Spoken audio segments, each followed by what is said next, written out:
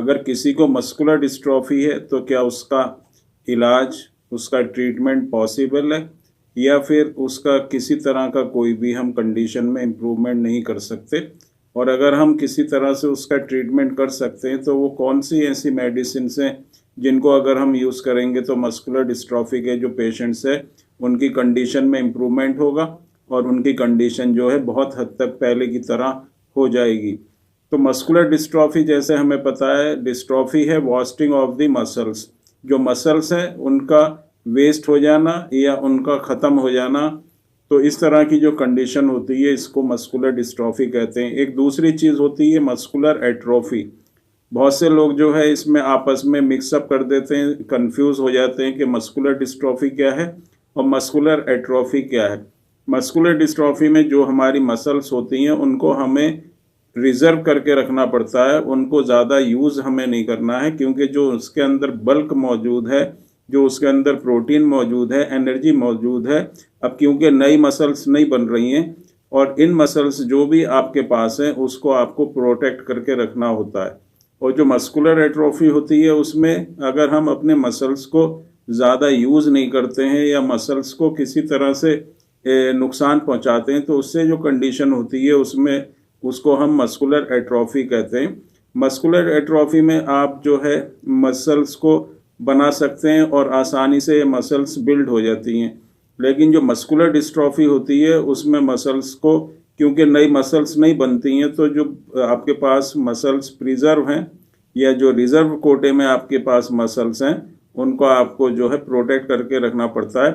इसलिए जिन लोगों को मस्कुलर डिस्ट्रॉफी होती है उनको ऐसा कोई भी काम नहीं करना है जिससे उनकी मसल्स के ऊपर ज़्यादा प्रेशर हो या मसल्स में टूट फूट हो। जैसे ज़्यादा हार्ड वर्क नहीं करना, ज़्यादा जो है एक्सरसाइज नहीं करनी है, और फिजियोथेरेपी जो करते हैं उसमें भी इस तरह से आपको करना है कि मसल्स के ऊपर किसी तरह का कोई भी स्ट्रेस नहीं पड़े, क्योंकि पहले से ही मसल्स वीक हैं, नई मसल्स जो हैं बन नहीं रही हैं, और जो मसल्स आपके पास हैं वो भी आपकी आहिस्ता आहिस्ता जो है लूज़ हो रही हैं, ख़त्म हो रही हैं। तो इस तरह का काम नहीं करना जिससे जो मसल्स है वो बहुत तेज़ी से ख़त्म होने लगे। सिम्टम्स की अगर हम बात करते हैं मस्कुलर डिस्ट्रॉफी की तो इसके जो सिम्टम्स होते हैं वो यही होते हैं, चलने में और जो हमारी मूवमेंट है उसमें प्रॉब्लम होना। जिस इंसान की मसल्स वीक होंगी, चाहे वो हाथ की मसल्स हों, चाहे टांगों की मसल्स हों या दूसरे बॉडी पार्ट्स की मसल्स हैं, तो वो जहाँ पर उन मसल्स को यूज़ करता है वो उस तरह का जो वो एक्टिविटी होती है, काम होता है, वो नहीं कर पाता। जो चलने का काम होता है उसमें हमारी मसल्स इन्वॉल्व होती हैं, बैठ के अगर हम उठते हैं तो हमारी मसल्स इन्वॉल्व होती हैं, किसी चीज़ को अगर आप हाथ से उठाते हैं तो भी आपकी मसल्स की ज़रूरत पड़ती है। तो इस तरह के जो भी काम होते हैं उसमें जिनको मस्कुलर डिस्ट्रॉफी होती है करने में परेशानी होती है। अपना जो छोटा छोटा काम है वो भी हम आसानी से नहीं कर सकते जिन लोगों को मस्कुलर डिस्ट्रॉफी होती है। तो मस्कुलर डिस्ट्रॉफी में यही होता है कि आप अपना जो भी आपकी मूवमेंट है बॉडी की उसके ऊपर इफ़ेक्ट आता है।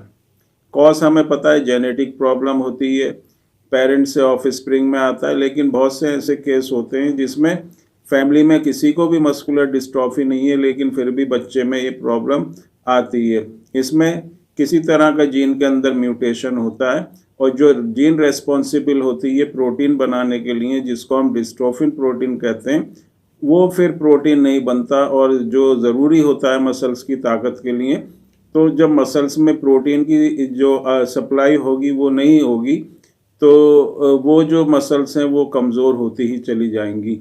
ये इसका कॉज होता है।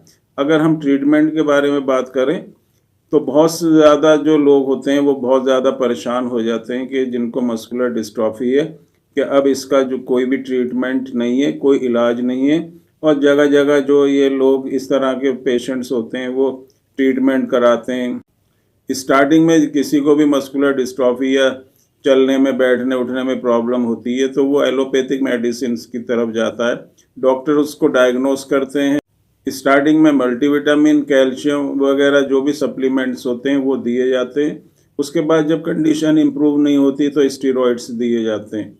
इस तरह की मेडिसिन देने के बाद भी देखा गया है कि मस्कुलर डिस्ट्रॉफी के पेशेंट्स को कोई भी बेनिफिट नहीं होता, कोई भी फ़ायदा नहीं होता, और टाइम के साथ साथ ये जो प्रॉब्लम होती है बढ़ती ही चली जाती है।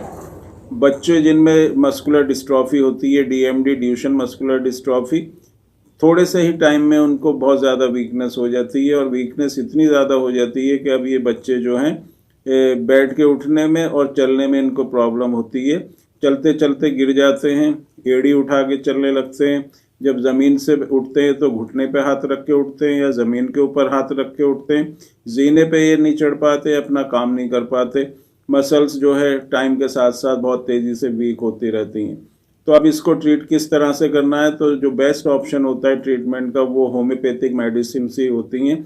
और होम्योपैथिक मेडिसिन में बहुत ही इफेक्टिव मेडिसिन होती हैं जो मस्कुलर डिस्ट्रॉफी, चाहे वो डीएमडी हो, बैकर मस्कुलर डिस्ट्रॉफी है या फिर आपका लिम्ब-गर्डल मस्कुलर डिस्ट्रॉफी है, जिनको मस्कुलर एट्रोफी है उनको एसएमए स्पाइनल मस्कुलर एट्रोफी या दूसरी जो भी मस्कुलर डिस्ट्रॉफी है, मसल्स में वीकनेस है, उनमें स्ट्रेंथ लाने के लिए बहुत ही इफेक्टिव ये मेडिसिन होती हैं।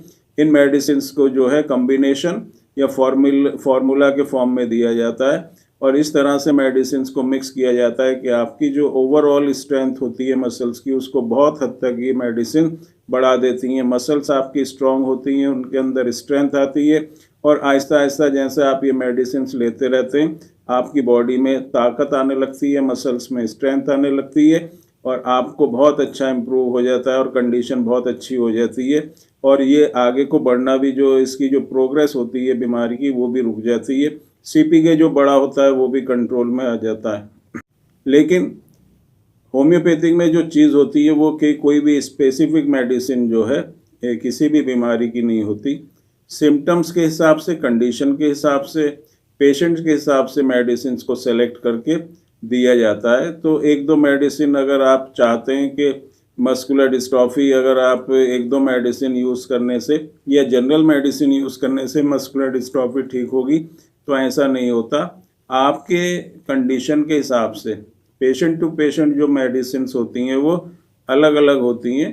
तो जिन लोगों को मस्कुलर डिस्ट्रॉफी है वो अपनी पूरी डिटेल जो है, उनकी जो भी रिपोर्ट्स हैं, उनकी कंडीशन क्या है, उनके सिम्टम्स क्या हैं, इस तरह की अपनी पूरी डिटेल जो है व्हाट्सएप नंबर जो कि डिस्क्रिप्शन बॉक्स में दिया गया उस पर आप भेज सकते हैं और अपनी पूरी जो भी आपको प्रॉब्लम है, चलने में प्रॉब्लम है, बैठ के उठने में प्रॉब्लम है, या आप व्हील चेयर पर हैं या आप बेड पर हैं, तो उसमें भी जो है मेडिसिन जो इफ़ेक्ट रखती हैं और कंडीशन को इम्प्रूव करती हैं। तो व्हाट्सएप नंबर पर अपनी जो भी डिटेल है वो आप भेजें।